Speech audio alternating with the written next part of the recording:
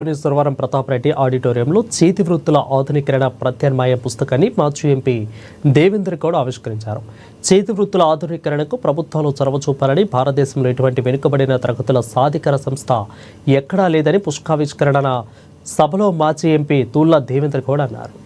ఇక చేతి వృత్తుల ఆధునీకరణ ఫలితాలు నిరుపేదలకు అందాలని, దీనిపై ప్రభుత్వాలు ప్రత్యేక చొరవ తీసుకోవాలని డిమాండ్ చేశారు. ఆధునీకరణ అనేది ఇప్పుడు జరుగుతూ ఉన్నది కనుక మార్పును మనం ఆపవు.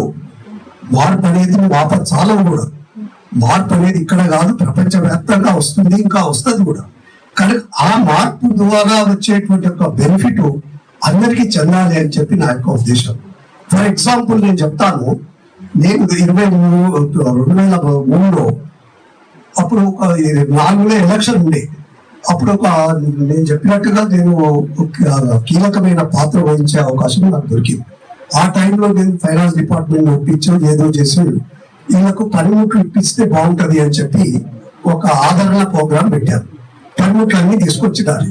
ఇక నేను అప్పుడు చాలా బిజీ ఉండేది కనుక నేను బిజీలో సరిగా అది చూడలేదు. ఇక అయితే దాన్ని ఇనాగ్రేషన్ చేయాలని చెప్పి ఆ పనిముట్లన్నీ తీసుకొచ్చి ఒక మైదానంలో పెట్టినారు. ఇక ఆ యొక్క బెనిఫిట్స్ అందరినీ ఇచ్చినారు. వాళ్ళకు మొదట్లో బీసీ ఫైనాన్స్ కార్పొరేషన్ వాళ్ళకి చెప్పాను, నేను ఈ